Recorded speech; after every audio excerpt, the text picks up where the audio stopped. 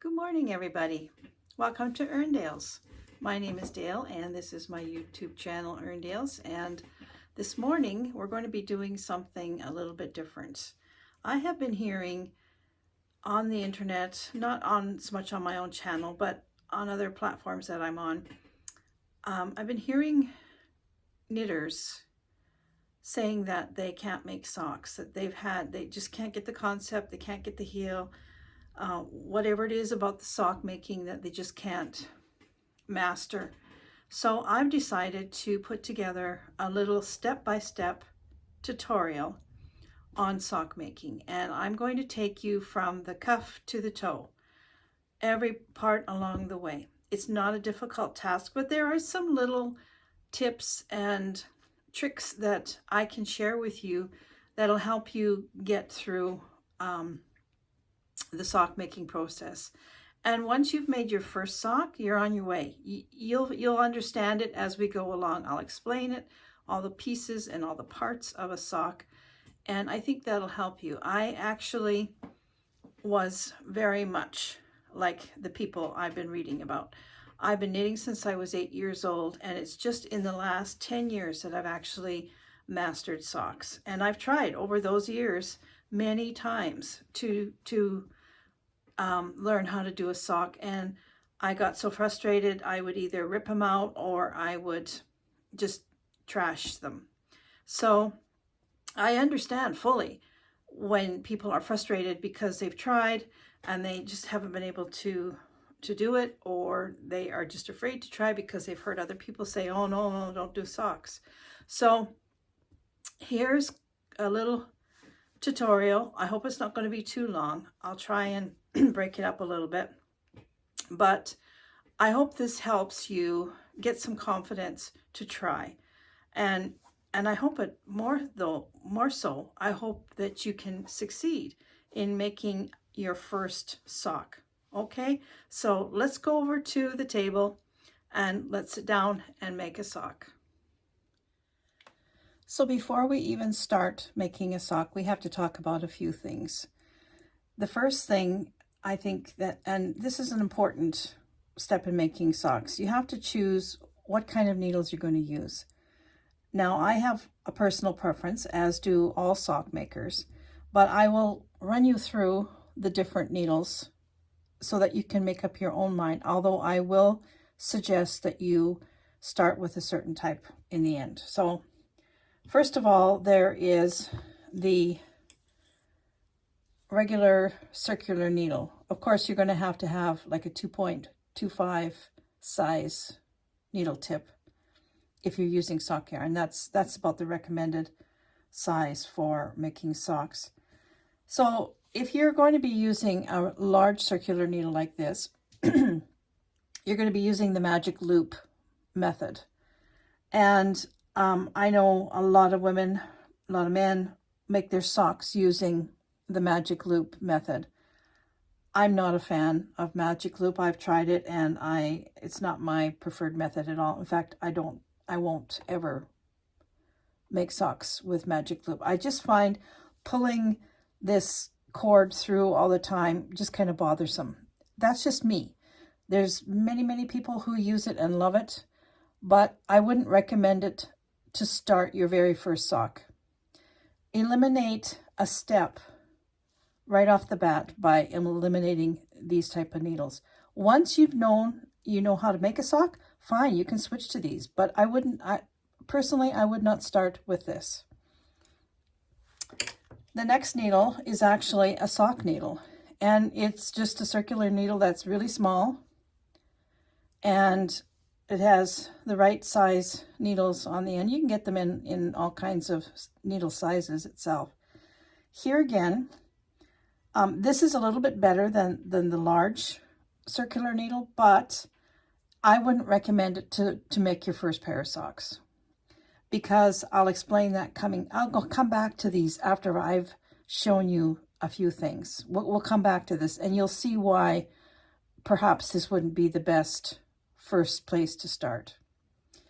And then my preferred method is on DP ends.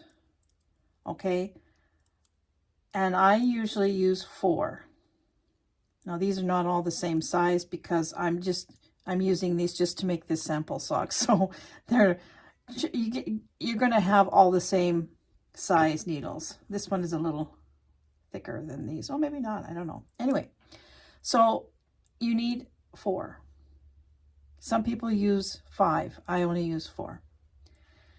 So this would be my preferred needle. So we're going to have that there. Now, the next thing, when you're making socks, of course, you're going to buy sock yarn, whatever kind you use. Sock yarn is fingering weight yarn, and you can get all kinds. You can get wool blend, you can get pure wool, you can get nylon, you can get cotton, you can get linen, I can bamboo, but it's usually always fingering weight. That's why you're going to be using, when you're using sock yarn, that's why you're going to be using a 2.25 needle, or you can go up a little bit. If you want to make a bit thicker sock, you can go up a bit, but 2.25 is usually the suggested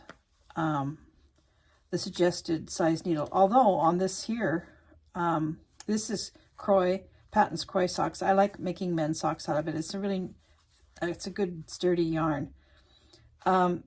This is not fingering weight. It's a 1, and they suggest 2.75, but I still use a 2.25 when I knit with these, and I can show you, it makes a really nice sock. It's a little on the heavy side, but for our climate, that's why I make it that way. Okay, so we're not going to worry about that right now. So we have our needles. We're going to use double pointed needles for learning our first sock. You're not going to use, I don't suggest you use yarn wool for your very first sock. It's expensive, and to be honest with you, your first sock isn't going to probably be your best sock. So find some leftover yarn you have. DK weight is great to learn on, or baby yarn. If you wanna challenge yourself right off the bat and use a very fine yarn, go for baby yarn. That's about the same size as sock yarn. It might be even a little thinner. But I'm going to use DK weight because I have DK weight.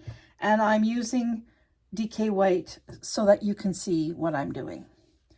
And also choose your beginning yarn for your very first sock. Choose a white or a color that you can actually see what you're doing, and make it all a plain color. Don't have a variegation. Don't have it a bunch of colors. Just as plain as possible and easy to see. Then the next thing that you are going to choose, so you've got your yarn, you've got your needles. Now we need a pattern. For learning a sock pattern, don't choose the prettiest sock that you can find. Don't choose one that has a bunch of lace or cables or, all these fancy stitches to make them beautiful. Choose a plain vanilla type sock. And by a vanilla type sock, I mean a sock that is just all knit. There's no patterning. There's patterning in the yarn, but this is a self-patterning yarn, so I didn't do this. It's just a plain knit sock. There's no fancy stitches anywhere on this sock. It's just a plain knit sock. And so this would be considered like a vanilla sock. I have the pattern that I use, and the pattern that this sock is made from is actually a free pattern on the internet, and I highly recommend it as a learning pattern. Learn how to do your socks on this pattern. It's well written. It's explained all the way through what you have to do, when you have to do it, and it's so easy to follow, and you will not fail if you use a pattern that you can actually progress through slowly and actually accomplish what the pattern says. So the pattern that I'm going to use today, and I recommend you use this pattern or one like it. It's a free pattern. It's on the internet. It's called Super Simple Sock Pattern, and it's by Allison Sarnoff, and I will put the link to this pattern in the description below.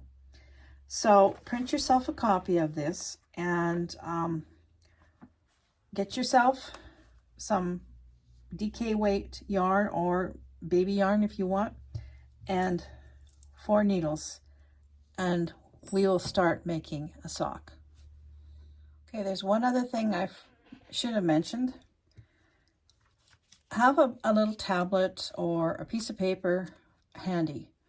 You're going to want to write down on when you're first learning how to do your sock, and actually I still do this, because as you're going through this, there's different parts of the sock, okay? And as you're going through, don't forget you're going to have to make a second sock, and the time between the first sock and the second sock might be quite a while, and you need to know how long you stopped at something and then where you picked it back up. And if you write it down, that takes all that guesswork away and all the frustration of trying to remember something that maybe you were doing several months back. Write it down. Okay, so before I cast on, I just want to show you a sock, and we're going to go through the different parts of a sock. And I think for me, if I had seen somebody show me the different parts of a sock and what they're called, I think I wouldn't have given up trying to knit a sock so many times. And this is just basic knowledge, but it's not something that really you think about. When you think about, we're going to talk about the heel, okay? Because that's the thing that scares most people, is the heel. I'm just going to take this sock off of this block. So, like I said, I think, and the other, did I talk about the top down versus cuff? I would recommend you start with a top down sock pattern instead of a toe up, okay? The only thing is, the toe ups are fine, but eliminate that new step, because you're going to learn new things right here. So, I mean, if you've made a sweater and you've made a sleeve, or you've made a hat, you've started with a rib and you've knit, and that's basically how you're going to start your sock. There's nothing scary in this part at all. So you have your rib, because we're doing a cuff down sock. You have your rib, just like if you were making a sleeve, and then you have your leg, and your leg ends right here, right above this part. And then you have your heel. So when you think of a heel, well, this is where I always went wrong with socks. When I think of a heel, I think of this. But actually in a sock, when you're making a sock, your heel starts here, up here. This first part here, that's actually not my heel, I always think of as being the bottom of my foot. When you're making a sock, your heel starts right at the top, right at your ankle, basically. So the first part, the heel is in 3 parts, okay? This first part right here is kind of shadowy. Let's see if I can.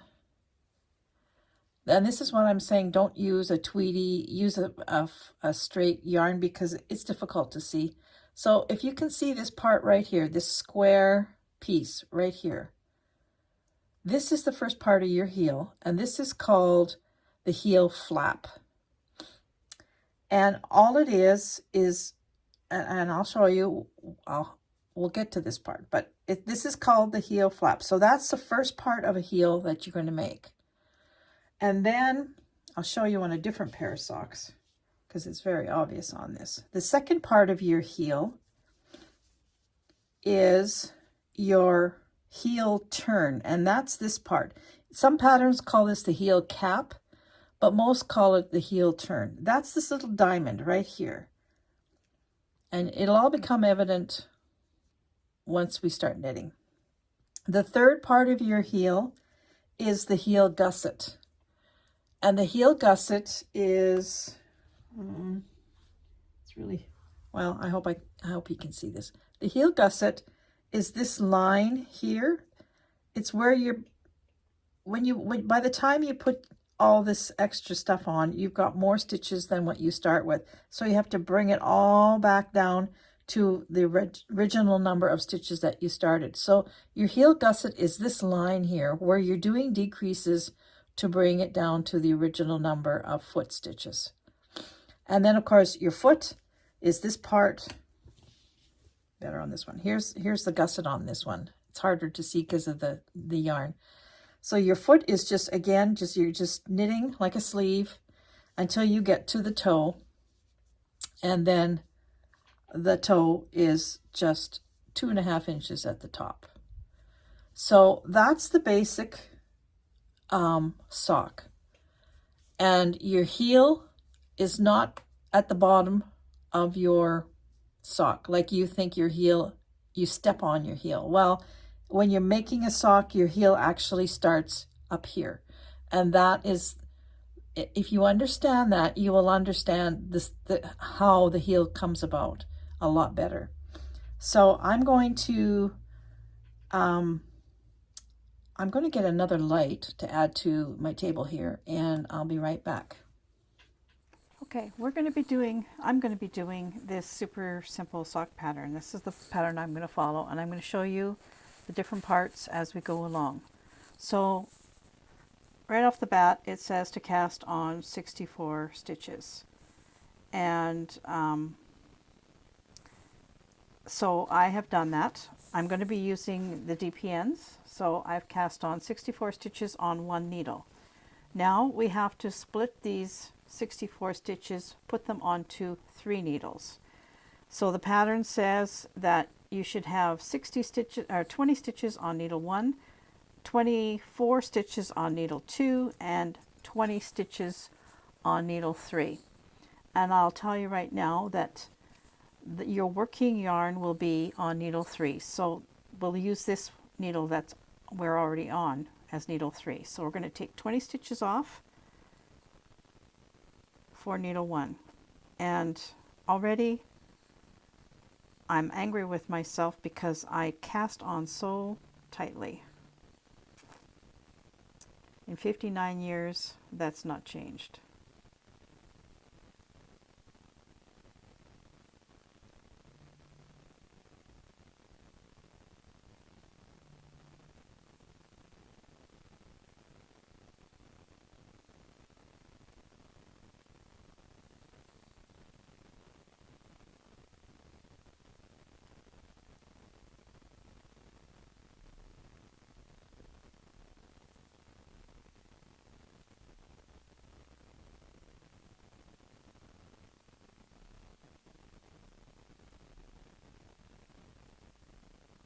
Okay, so that's 20 stitches, and this will be needle 1.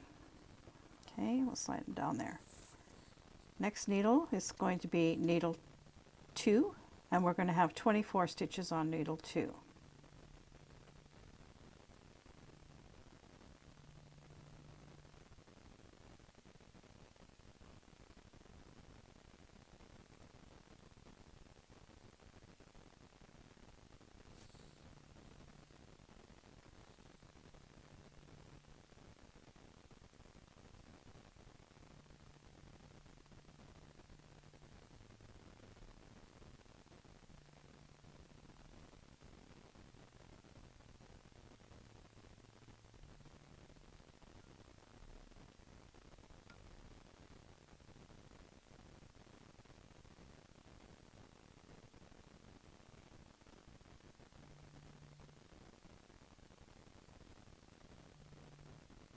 There's 24 on needle 2. Now there should be 20 left on this last needle, which is needle 3. 2, 4, 6, 8, 10, 12, 14, 16, 18, 20. Okay, so we have all our stitches on our 3 needles that we're going to be working with. Now, if you're right-handed, your working yarn, the needle with your working yarn should be at your right hand. So just flip it over like that. So now you've got needle 3 over here, needle 2 is here, and this is needle 1. I'm going to bring all these stitches down to the end as close as I can without sliding. Okay, we've got all our stitches on the right needles. Now we're going to close this up. So you have to pick up this first stitch, put your fourth needle in there, and you are going to just knit this first stitch. And I don't usually do this with people watching me, so I'm sure it's not going to look very nice. Pull it tight. So that's your first stitch. Now you're going to start knitting and purling. So you're going to knit 2,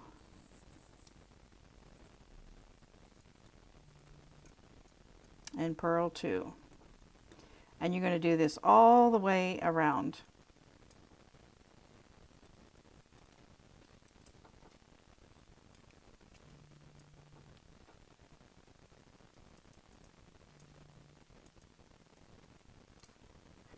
Now, when I get to my second row, I'm going to show you that when I joined it, it's not quite tight, but the second round will fix that. It'll pull it, you'll be able to pull it nice and tight and secure. So I'm going to shut off the camera and I'm going to finish this round, and I will come to you when I am finished knitting. Knit 2, purl 2 all the way around. Okay, I've got to the end of my first round, and as you can see there's a space here, and that's where I joined. Now we're going to start our second round, and once I put my needle in and pull, that closes up completely. Now there is other ways of joining in the round, and I won't tell you that it's a simple process when you haven't done it before. It's not. It's frustrating. You feel like you don't have enough hands, you don't have enough fingers, and so you know, to me, joining in the round on DPNs is the hardest part of knitting a pair of socks. Now, you can do it another way, besides the crazy way that I do it.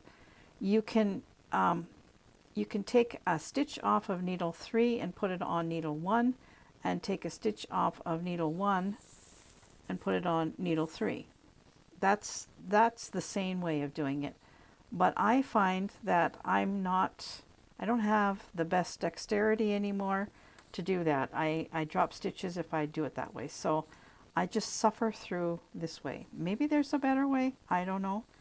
But this is what I do, and it works for me. So what I'm going to do is I'm going to knit several rounds. I'm not going to do a complete 2-inch cuff. I don't need to. This is just a sample sock.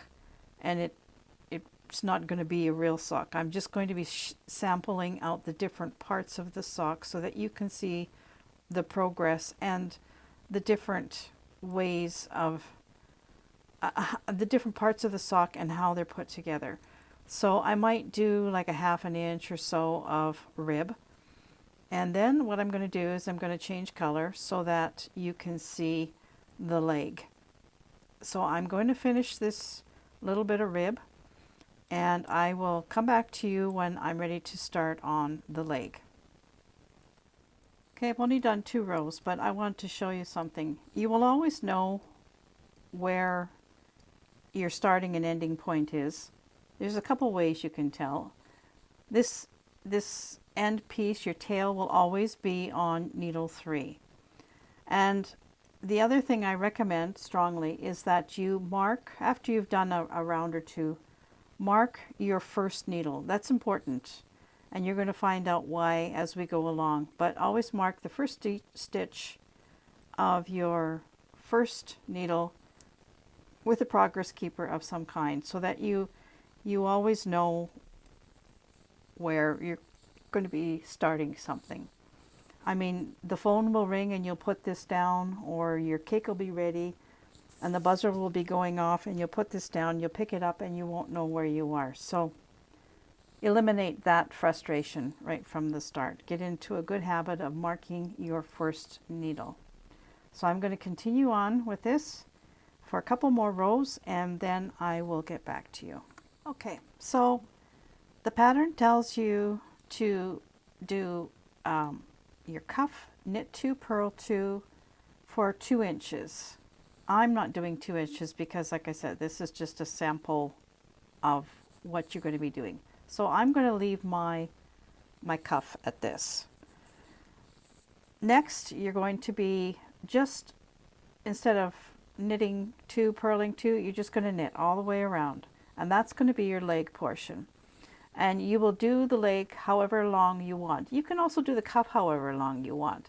If you don't want a 2-inch cuff, you can do a 1-inch cuff, or if you want a larger one, do a 3-inch cuff. It doesn't matter. It just means that if you do a longer cuff, your leg won't be as long. So I'm going to just show you on a sock that I'm working on. So here I've done my 2-inch rib, and that is 2 inches. And then I started working and I just did my leg. So when you get your leg as long as you want, you're going to be including the length for the cuff. This is 6 inches, and that's where I want to be before I start my heel. So this would be 6 inches from your ankle, pretty much. Now, the other thing that I would like to tell you is I always write things down, especially a beginner knitter should be writing things down. For instance, I would put down that I cast on 64 stitches and that I did a 2x2 rib for 2 inches. I'm talking about this needle, this thing. And then what I did the leg is 6 inches from cuff to heel, I'll put, because now you're going to start your heel from here. And the reason I do this is because you have to make 2 socks. So it may be months. You know, I maybe finish this sock and I put the needles away somewhere. Oh, and also write down the size of the needles that you used. So I used a 2.25 needle. So, you know, perhaps you finished this sock and you thought, well, I'm not going to start the other one right now. I'll, you know, wait a week or 2. And you've put your needles away and you decide that you're going to go back to it. If you're like me, you're going to think, what size needles did I use? You know, so here you've got it written down. You've gotten written down exactly what you did on your first sock. So you know exactly how long of a cuff you made, how long of was your foot or your leg before you started on your heel. And it's a good practice to get into, especially with sock making. So I'm going to just leave this as my cuff for this particular demonstration. And I'm going to cut this because I want to change color for my, I want to change colors for my leg just so that you can see the different parts as we go along. And I'm going to do a cheat join. This is not how I join my yarn at all, but I just don't feel like doing a Russian join right at the moment, so I'm just cheating. Okay, so now we're going to do our leg, and all we're going to do is we're just going to knit around and around and around and around until we get the length of the leg that we want on our sock. There too, that could be whatever your preference. You know, if you don't like a long sock, if you don't like your sock to come to your knees, then don't make it as long. And that's, again, all about preference. So we're going to start, and we're just going to knit until we have the length that we want. Mine isn't going to be all that long because I don't need it to be that long. It's just a sample. So I'll come back when I'm ready to start the heel. That's the part you really want to see anyway.